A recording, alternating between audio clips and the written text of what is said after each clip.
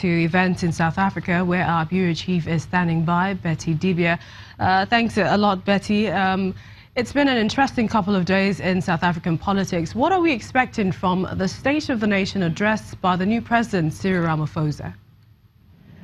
Well, the State of the Nation address, which is their tradition here, it has become a tradition. They're expected to deliver the key policies or present the key policies of the ANC-led government, go back to what had been promised, what has been done towards what has been promised, and what they're going to do going forward. As it's been the tradition since the advent of social media as we have it now, like Twitter and the like, during the Zuma days, you have people sending in questions on Twitter and WhatsApp and such platforms, where the president actually addresses them by name, addresses the senders by name to answer their questions, apart from the normal speech.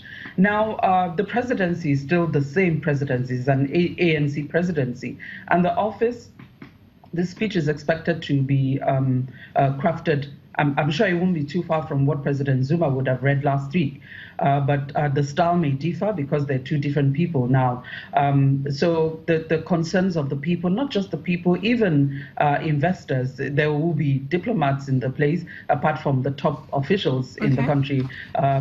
Betty, if I may come in, opposition parties say that President Cyril Ramaphosa is a man that they can work with, but they want action from him. Do you see him living up to their expectations? Well, if his body language and his speeches are anything to go by, we will expect him to go that way, because when he read his acceptance, or he made his speech in Parliament yesterday after being elected, he said he will be working with the different political parties to ensure that the lives of the people are improved. And he called every opposition party member speaker by name, saying, this you have said, I'm willing to work with you. And he said the immediate actions he will take will be to be meeting regularly with the leaders of these opposition parties to address some of the concerns of the country: high unemployment rate, corruption, the economy. The economy we've seen has been downgraded several times by international rating agencies. They want to see what can be done about that, how to improve the trust of the people, where you have seen government officials abusing their office,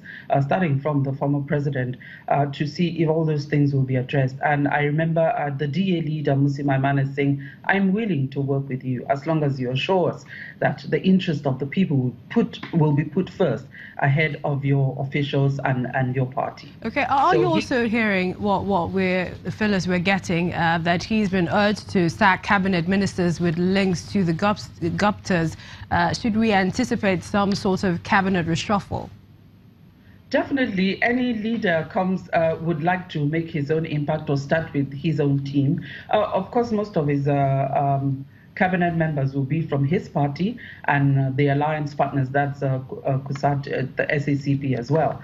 So we expect a cabinet reshuffle, and most importantly, people are expecting to see who he will pick as his deputy. Many names have been brought up, but the issue of the Gupta-linked ministers, apart from those ones, you still have many ministers. I think about 12 or so ministers have been named, where they say, look, they have other controversies apart from the issue of the Gupta-gate scandal. So we expect him to have a cabinet reshuffle as soon as possible. I don't know if that will come before the presentation of the budget speech, which is expected next week, mid-next week.